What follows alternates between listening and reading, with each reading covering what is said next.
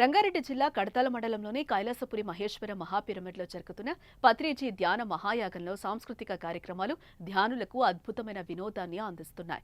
యాగంలో 3వ రోజు డిసెంబర్ 23న నిర్వహించిన సాంస్కృతిక కార్యక్రమాల్లో ఫైమా ఆంధ్రప్రదేశ్కు చెందిన కూచిపూడి కళాకారిణి ట్వింకిల్ సాయి హాసిని కూచిపూడి నృత్యాన్ని అద్భుతంగా చేసి అలరించింది. అలాగే ఈశ్వరన్ బృందం ప్రదర్శించిన ఆటపాటలు, జిమ్నాస్టిక్ ప్రదర్శన అందరినీ ఆకట్టుకున్నాయి. రాము, ఇప్పుడు ఎంతో విద్య ఉండి, ఎంతో అద్భుతమైనటువంటి జీవితం ఉండి, ఎంతో డబ్బు ఉండి, ఎన్నో ఆనందాలు ఉండి, ఒక ప్రాబ్లం వచ్చినప్పుడు సూసైడ్ చేసుకుంటున్నారు. What is the reason? దాని నుంచి ఈ ఆత్మహత్య చేసుకోవాలి అనేటువంటి ధోరణి నుంచి బయటపడాలంటే అటువంటి ఆలోచనలు, అటువంటి భావావేశాలు కలిగినటువంటి వ్యక్తులు ఏం చేయాలి? వాళ్ళు ఎటువంటి ప్రాక్టీసెస్ చేయాలి? చాలా మంచి క్వశ్చన్. ఎందుకంటే ఇప్పుడున్నటువంటి యూత్కి చిన్న ప్రాబ్లం వస్తేనే సూసైడ్, తర్వాత సైకలాజికల్గా ప్రాబ్లమ్స్ చాలా వస్తున్నాయి.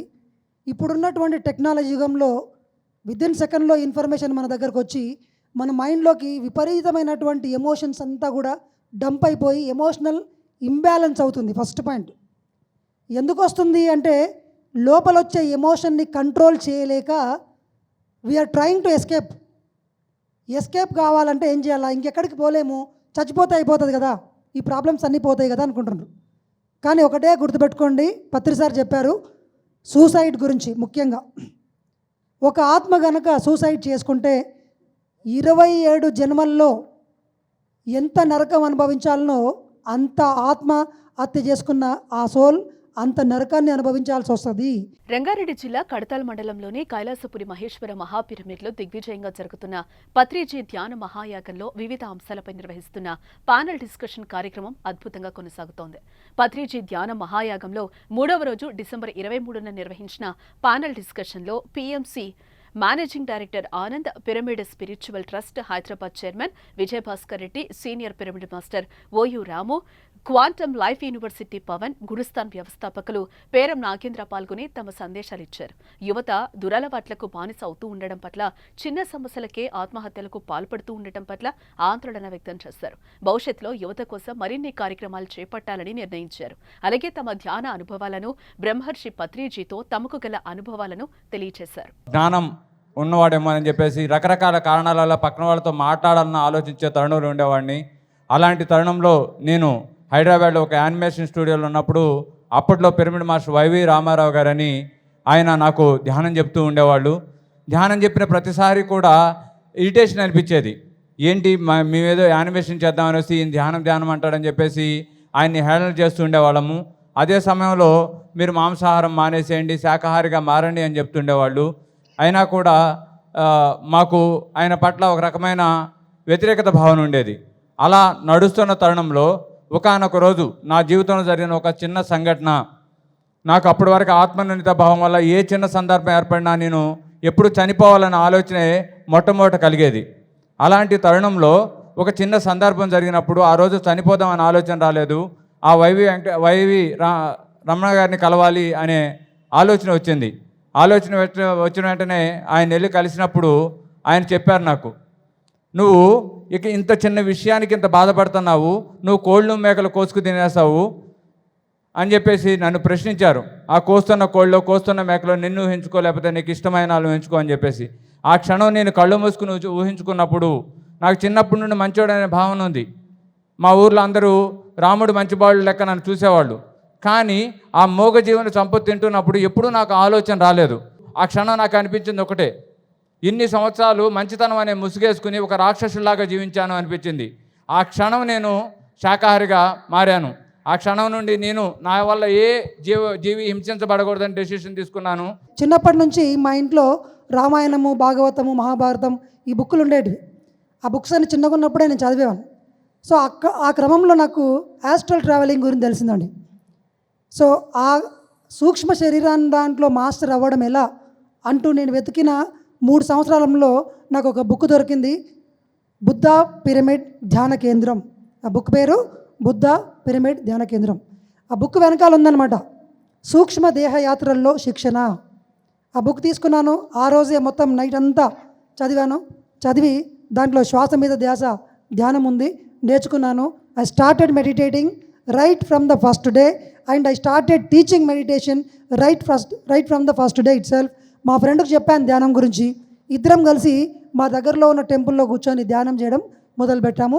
That is my first meditation in 2000 July 11th. So నాకు ధ్యానంలోకి రాకన్నా ముందు 6 సంవత్సరాల నుంచి తీవ్రమైన బ్యాక్ పెయిన్ ఉండేదండి. అన్ని రకాల ట్రై చేశాను, ఒక్కటి కూడా వర్కౌట్ కాలేదు. చాలా టార్చర్ పడినాను.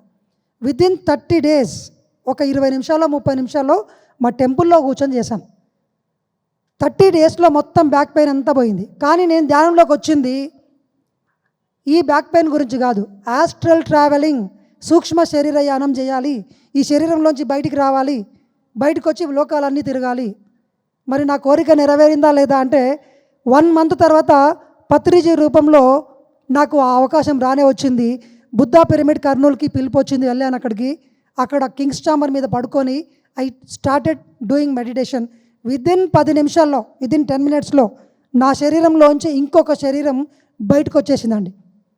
నా తీవ్రమైన తపనకి ఫస్ట్ టైం పత్రిజీ గారి సమక్షంలో నాకు ఆస్ట్రల్ ట్రావెలింగ్ జరిగింది. నాకు రంగనాథ్ రెడ్డి గారి ద్వారా మెడిటేషన్ పరిచయం అయింది. ఫస్ట్ నేను సేవా మార్గంలో ఉండేవాడిని. కళ్ళు మూసుకొని కూర్చుంటే ఏమొస్తుందని అని చెప్పి వాదించేవాడిని అనమాట. అరే నువ్వు ఫస్ట్ ట్రై చేయి, ఎక్స్పెరిమెంట్ చేయి, కావాలిస్తే మెడిటేషన్ చేసి ఎక్స్పెరిమెంట్ చేయని చెప్పిన ఒక వర్డ్ నచ్చి రంగనాథ్ రెడ్డి గారు చెప్పిన ఆ మాటని పట్టుకొని మెడిటేషన్ చేయడం. థాట్ పవర్, నాకు పలానా వాళ్ళు ఇన్ని నిమిషాలు నాకు ఫోన్ చేయాలి, ఒక బస్ ఎక్కేసి నాకు ఈ సీట్ ఖాళీ కావాలి అంటే ఒక 1 year పాటు ఒక యువతకు ఉండే ఆ క్యూరియాసిటీ, ఆ క్వశ్చనింగ్ మైండ్తో కంప్లీట్గా ఒక ఎక్స్పెరిమెంట్ చేసుకుంటూ ఈ జర్నీ ప్రారంభించానండి. పత్రి గారిని నమ్మడానికి కూడా నాకు చాలా టైం పట్టింది. సో ఆ తర్వాత నేను శుభాహారం సస్యాహారం ఒక పుస్తకం చేశాను అనమాట. నేను ఎంసీఏ చదువుతున్న రోజులవి. ఎంసీఏ చదువుతున్నప్పుడు నాకు ఒకరోజు ఒక క్వశ్చన్ వచ్చిందనమాట, నువ్వు ఈ భూమి మీదకి సాఫ్ట్వేర్ అవ్వడానికి వచ్చావా అని చెప్పి.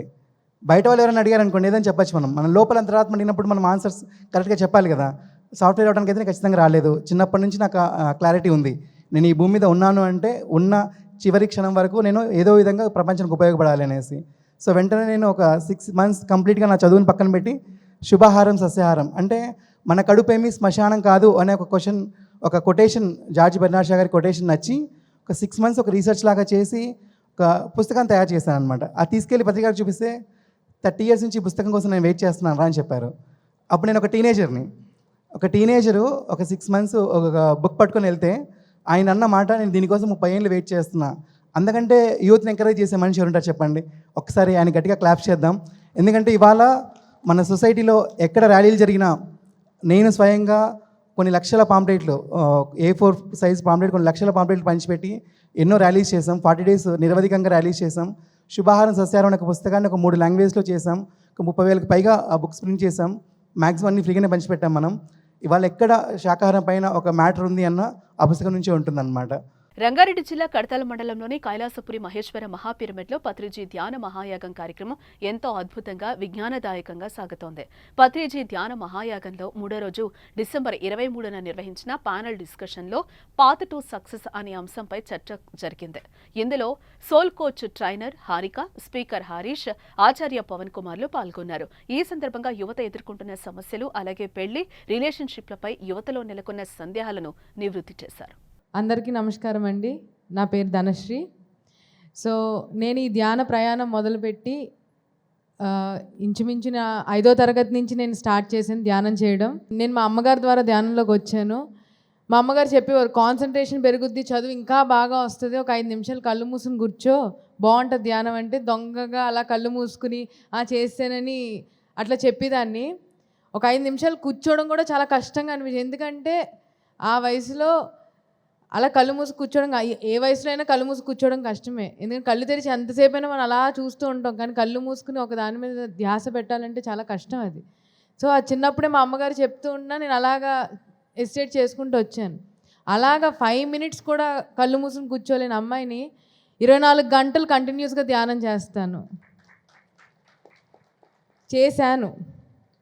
సో ఏంటి అంటే 5 నిమిషాలు కూడా కళ్ళు మూసుకు కూర్చోవడం కష్టం అని ఫీల్ అయిన అమ్మాయిని 24 గంటలు ఎలా కూర్చోగలిగానంటే ఆ ధ్యానంలో ఉన్న మ్యాజిక్ని నేను పొందగలిగాను, ఫీల్ అవ్వగలిగాను. ఇప్పుడు ఎలా అంటే మామిడి పండు బాగుంటుంది అని మాత్రమే మనం చెప్పగలం, తిని చూస్తేనే మనకు ఆ రుచి తెలుస్తుంది. అలా ధ్యానం కూడా అలా చిన్నప్పటి నుంచి ధ్యానం చేస్తూ ధ్యానం ఎన్వైర్న్మెంట్లోనే పెరిగాను, ధ్యానులతోనే పెరిగాను. ఇంక వేరే ప్రపంచం అంటూ తెలీదు. ధ్యానం, ధ్యాన సేవ, ఇంక ఇదే ఒక ప్రపంచం. అయితే అప్పటి వరకు ఏదో ధ్యానం చేస్తున్నాను, ఇంట్లో బాగుంది, అంతా హ్యాపీ, అంతవరకు అయిపోయింది. ఎప్పుడైతే సార్ పైమా బాధ్యత నాకు ఇచ్చారో అప్పటి నుంచి అసలైన టీచింగ్స్, లెర్నింగ్స్ అనేవి మొదలయ్యాయి. అంటే నేను చాలా కామ్ అనమాట, మాట్లాడడం భయం, నాకు అన్నిటికీ భయం, భయపడుతూనే ఉన్నాను. ఈ ధ్యానం చేసిన భయాలు చాలా ఉన్నాయన్నమాట. సో ఎప్పుడైతే నేను సేవ చేయడం, పైమా ద్వారా నేను సేవ చేయడం స్టార్ట్ చేశానో, జీరో నుంచి హీరోలా ట్రాన్స్ఫర్ అయ్యాను బికాస్ ఆఫ్ సేవ. తేనె వేడి నీళ్ళు, చాలామంది తేనె వేడి నీళ్ళు నిమ్మకాయ రసం తాగితే ఆరోగ్యానికి మంచిది అని అనుకుని తేనె వేడి నీళ్ళు నిమ్మకాయ రసం కలిపి తాగుతుంటారు. తేనెని వేడి చేయకూడదు, వేడి నీటిలో కలపకూడదు, వేడి పదార్థాలతో నంచుకోకూడదు. వేడి ఇడ్లీ మీదో వేడి చపాతీ మీదో తేనెని వేసి తినకూడదు. తేనెని వేడి చేయడం ద్వారా దాని స్ట్రక్చరల్ చేంజెస్ రావడం ద్వారా హానికరమైనటువంటి మార్పులు కెమికల్గా జరుగుతున్నాయి. కాబట్టి అలా చేయడం, ఈవెన్ ప్యూరిఫై చేయడానికి కూడా తేనెని వేడి చేసి ప్యూరిఫై చేసేవారు ఇదివరకు. అలా చేయకూడదు. ఈ రోజున మనకి రా హనీ అని దొరుకుతుంది, డైరెక్ట్గా అలా పిండి తీసిన హనీ అనమాట. అటువంటి హనీని మాత్రమే వేడి చేయకుండా తీసుకోవాలి. వేడి నీళ్ళు చాలా మంచివే, తేనె చాలా మంచిదే. ఇవన్నీ ఎందుకు అనేది డీటెయిల్గా మేము ఏదైతే 7 రోజుల ఆయుర్వేద యోగ శిక్షణ సప్తాహం అనే 7 రోజుల ఉచిత శిబిరం నడుపుతామో అందులో చాలా డీటెయిల్డ్గా సైంటిఫిక్ రీజన్స్తో సహా ఎక్స్ప్లెయిన్ చేస్తాం. మీకు జస్ట్ గ్లింప్స్ ఇస్తున్నాను అనమాట. ఇలాంటివి 19 బ్యాడ్ కాంబినేషన్స్ ఉన్నాయి. సుమారు 1000కి పైగా ఎగ్జాంపుల్స్ ఉన్నాయి. మనం తినేటువంటి వాటిల్లో కలుపుతున్నటువంటి 2-3 పదార్థాలని కలపకూడనటువంటివి. Cooked food and uncooked food, వండిన పదార్థాలు వండని పదార్థాలు కలిపి తీసుకున్నప్పుడు చాలా చాలా ఇబ్బంది పడుతుంది శరీరం. వండిన పదార్థాలని అరిగించుకోవడానికి కావాల్సిన డైజెస్టివ్ జ్యూసెస్ వేరేగా ఉంటాయి, వండని పదార్థాలను అరిగించుకోవడానికి కావాల్సిన డైజెస్టివ్ జ్యూసెస్ వేరేగా ఉంటాయి. రెండింటిని మిక్స్ చేసినప్పుడు ఒకటి అరుగుతుంది, ఒకటి అరగదు, దానివల్ల టాక్సిన్స్ తయారవుతాయి. అలాగే చల్లటి పదార్థాలు, వేడి పదార్థాలు, హాట్ బిర్యానీతో chilled coke bad combination. Hot tea తాగే ముందు కోల్డ్ వాటర్ తాగేసి వేడి టీ తాగారు, బ్యాడ్ కాంబినేషన్. ఎక్స్ట్రీమ్ టెంపరేచర్స్ ఉన్నటువంటి 2 పదార్థాలని కలిపి తీసుకోకూడదు. ఇలా చెప్పాను కదా, సుమారు 1000కి పైగా ఎగ్జాంపుల్స్ ఉన్నాయి.